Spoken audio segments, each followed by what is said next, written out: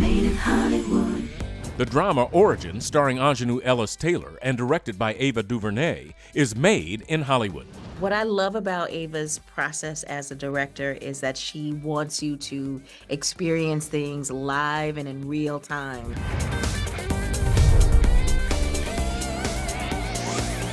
Made in Hollywood. Also on today's show, Ariana DeBose fights for her survival in the tension-filled thriller ISS. When I said yes to this project at first, in the back of my head, I was like, they're gonna put me in an anti-gravity chamber, and then they're just gonna shoot that. No, definitely didn't happen that way. Plus, Andie MacDowell returns for season 2 of the family drama The Way Home. Dolph Lundgren writes, directs, and stars in the action thriller Wanted Man, and the western drama The Night They Came Home features Robert Carradine and Charlie Townsend. This week on Made in Hollywood. Made in Hollywood. A journalist investigating the darker sides of humanity discovers the incredible resilience of the human spirit as Ingenue Ellis-Taylor stars in the drama Origin from director Ava DuVernay. Are you interested in writing something for us? I don't do assignments anymore. Yeah, well, you're a better writer than most people do anything. Have you heard the tapes? No. Of what? Sanford Police Department, this is Sean. Hey, we've had some break-ins in my neighborhood, and there's a real suspicious guy. Looks like he's up to no good or something. Once I understood that I could have the main character of this be this swashbuckling, intellectual adventurer known as Isabel Wilkerson, played by the great Ingenue Ellis-Taylor, the film kind of came together and came to life for me, that I could share the ideas in the book by going through this dynamic character. I want to be in the story. Really inside the story. One of my first conversations with Ava was that she wanted to explore the interior life of a Black woman. I was an enormous fan of the book, and honestly, I did not see any path in the world of taking this book and making it into a film. I thought it was the most profound work of Ava's career. The fact that she could take that book and adapt it to this screenplay was, I was mind blown. I was just so excited about dramatizing the mind of a Black woman genius. You go and write your stories. Folks need to know about this. The fact that she said, I would like for you to bring some light into this movie because it is very heavy. I said, in this one? And she was like, if anybody can find it, I know you can. Mom made me promise I'd come by today. It's my birthday. Wait, today is your birthday? Yeah. Happy birthday.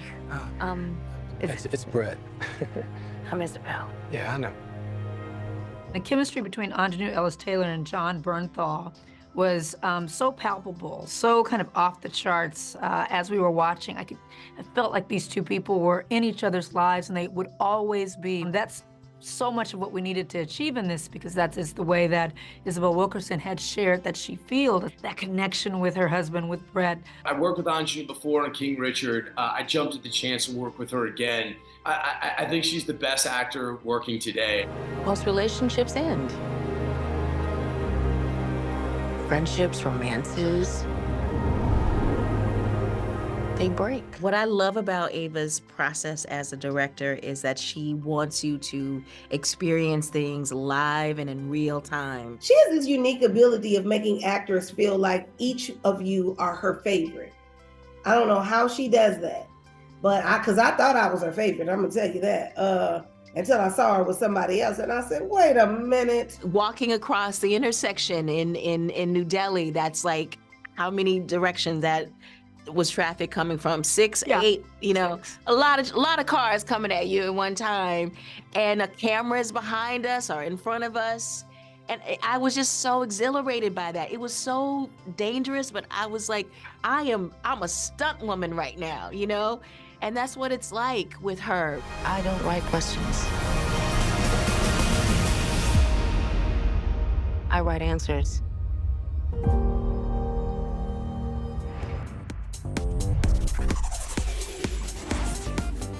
A worldwide conflict reaches astronomical proportions for a group of international astronauts in the high-stakes thriller ISS, starring Ariana DeBose. From all of us down here in Mission Control, was knocked 3 times. I think it's just a superstition.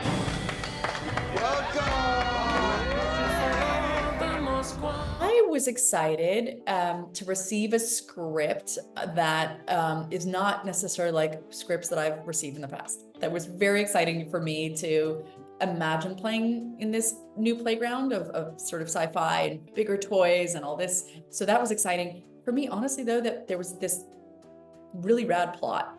Well, I thought this character was so different from anything I'd ever taken on before. At that point, I'd only really made movie musicals. We don't talk politics. Here we're one. Hey, guys. Wait a minute, what the hell is going on down there? Oh, whoa. We gotta get up now, guys. Let's get out. Oh, my God. I said yes to this project at first. In the back of my head, I was like, they're gonna put me in an anti-gravity chamber, and then they're just gonna shoot that. No, definitely didn't happen that way. Garrett Reisman was the NASA consultant. So he answered all my stupid, when someone says like, there are no stupid questions. There were a lot of stupid questions. Like I was like, I have no idea. Like, what is this thing, and how does it launch up there? How do you get up there? How do you get off? And he had been on the space station. So a NASA consultant was super helpful. We achieved this zero gravity simulation through harness work. I and my colleagues, we trained for about 2 weeks to learn the dynamics of how you hold your body in a harness. And so there was a great deal of sort of like rehearsal, very efficient rehearsal and choreography. War has broken out below. And we were told to take the ISS by any means necessary. They have created a familial bond in a way. And then once they receive these external directives, everything is called into question. The Russians got the same orders as us. And they just struck first. Struck first.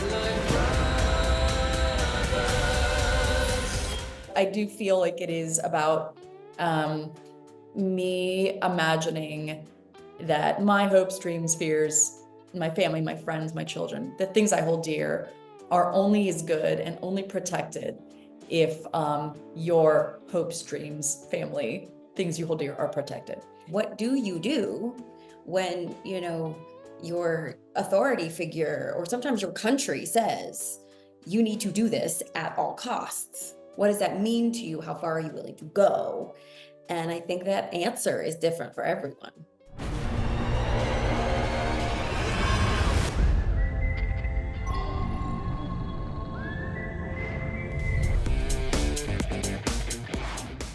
Coming up, we sit down with Andie MacDowell for Season 2 of the time-spanning family drama, The Way Home.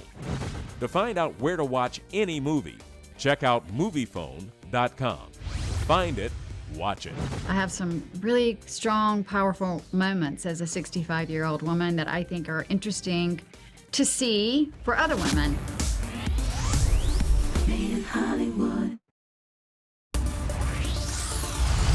Made in Hollywood. Now available on your home screen. 3 generations of estranged women struggle with decades of unresolved conflicts in Season 2 of the time-traveling family drama, The Way Home, featuring Andie MacDowell.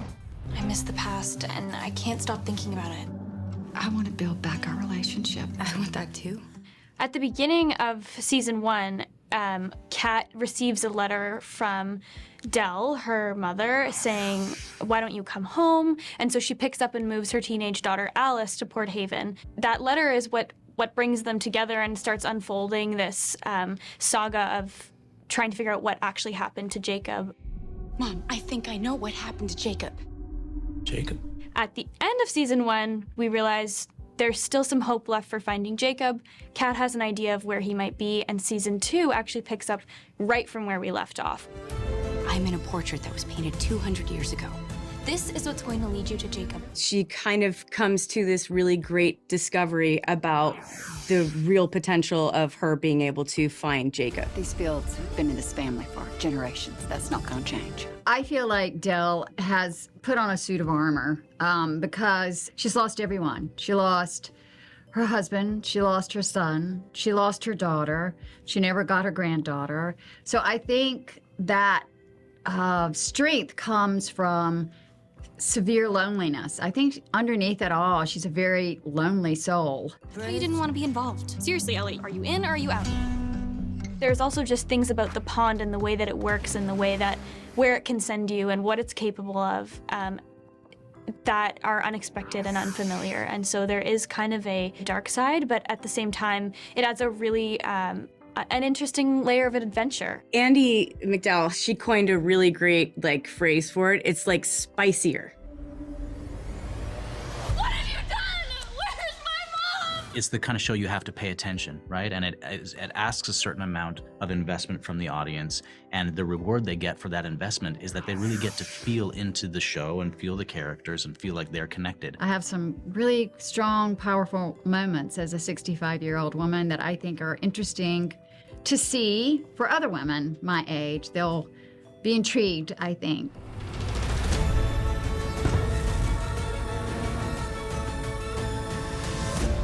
It will always take you where you need to go. To find out where to watch any movie, check out Moviephone.com. Find it, watch it. Up next, we talk with Dolph Lundgren about his latest action thriller, Wanted Man, and the Western drama The Night They Came Home features Robert Carradine and Charlie Townsend. So I think my experience is it comes in handy also speaking to the actors and also talking to the stunt guys. Made in Hollywood. Made in Hollywood. Now available on demand. An aging detective finds himself across the border and on the run as Dolph Lundgren writes, directs, and stars in the action thriller Wanted Man. You have to save yours and our reputation. The DEA murders in Silverado, remember that? Yeah, 2 undercover agents killed in a drug buy. We're DEA! At the top of the film, you know, this guy obviously he's like an old timer. At the beginning of the movie, he has a run-in with illegal alien, you know, and then he, you know, his policing methods aren't the greatest. Well, they sent him down to bring these 2 prisoners back. They're actually witnesses in a murder investigation. I feel like I have a lot of experience and that I can bring a lot to the table. Like, I feel like it's easy to keep it all in-house. Like if I write and direct and even star or co-star, I know nobody's gonna mess with the picture. This is my brother. It's dangerous. The longer we're here, the more danger for your family. I think my approach is to prepare quite well and speak to all the actors about a month ahead of time about their backstories, the characters and the relationships, so that when we show up on set, I don't have to say that much. It just kind of comes alive. So many questions, my friend. There is a way not to waste time doing action, which I've been in movies where they waste a lot of time shooting stuff that I know we're not going to be used. Kill those DEA agents. In America, we can protect. You can! Te van a encontrar, Rosa. Te van a matar, vas a que te maten nomás. I've done a lot of action, various different directors and different stunt coordinators, and I have my way to shoot it, so I can try to get as many cuts as possible in the shortest amount of time possible. In order to build an action scene, usually you need a lot of angles. It's a function of the number of cuts, you know, how good it's going to be usually. So I think my experience it comes in handy also speaking to the actors and also talking to the stunt guys. If you want to fight with the wolves, you gotta be a wolf.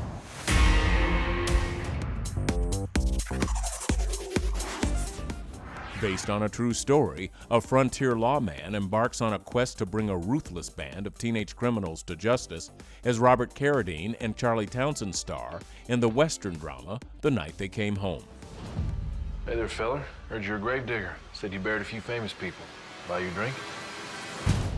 Cognac, top shelf. I was totally enamored from the very beginning, and I found it so interesting. The fact that in that territory, the Oklahoma-Arkansas territory, was mostly policed by Indian and Black and even Asians. The whites were the least amount there. They call themselves the Rufus Buck Gang. Some say that they were senseless killers. Some say they were on haunted by wild spirits. I can identify with, being of mixed race and being born in this country and, almost feeling like you're getting the short end of the stick in a sense. I mean, the racism that they're fighting against, you never see that in the Old West. And the fact that it's based on a true story, I think helps deliver the history. As me personally, yeah, that's horrible acts, those are things I can never be down with. But as a character and as an actor, you have to find ways to kind of be down with it, right? You understand them and you kind of like them because they're human beings and they reacted to something that was just horrible. When the whites came in and what they did to their whole community, to their whole nation. I'm gonna make y'all kings of this new world. Anything y'all want, it's gonna be yours for the taking. I know that with a Western, it really depends on the execution.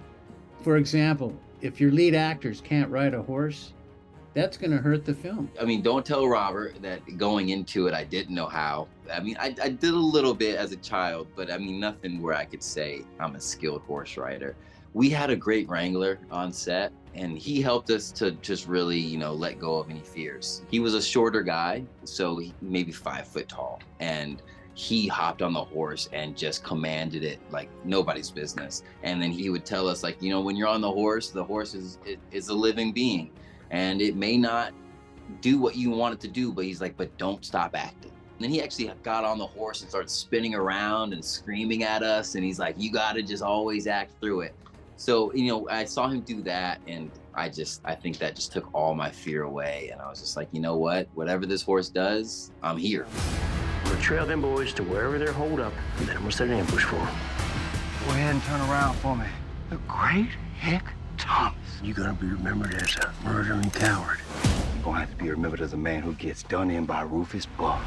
To sum it all up, it was just overall a great experience. It really was, to be working with some big name actors and to get to create a film that I feel not many films tackle, like the subject matter and how we presented the subject matter.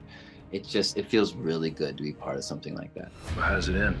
Was there some big gunfight or something? Whoa, whoa, whoa. Easy. Get your money's worth. Death, I remain a renegade. Hello and welcome to Movie Phone. Thanks for joining us for Movie Phone, unscripted. Can I get hired? I want to be Movie Phone guy. If you have any medical issues, just call Movie Phone. Stay tuned, there's more coming up on Made in Hollywood. Made in Hollywood.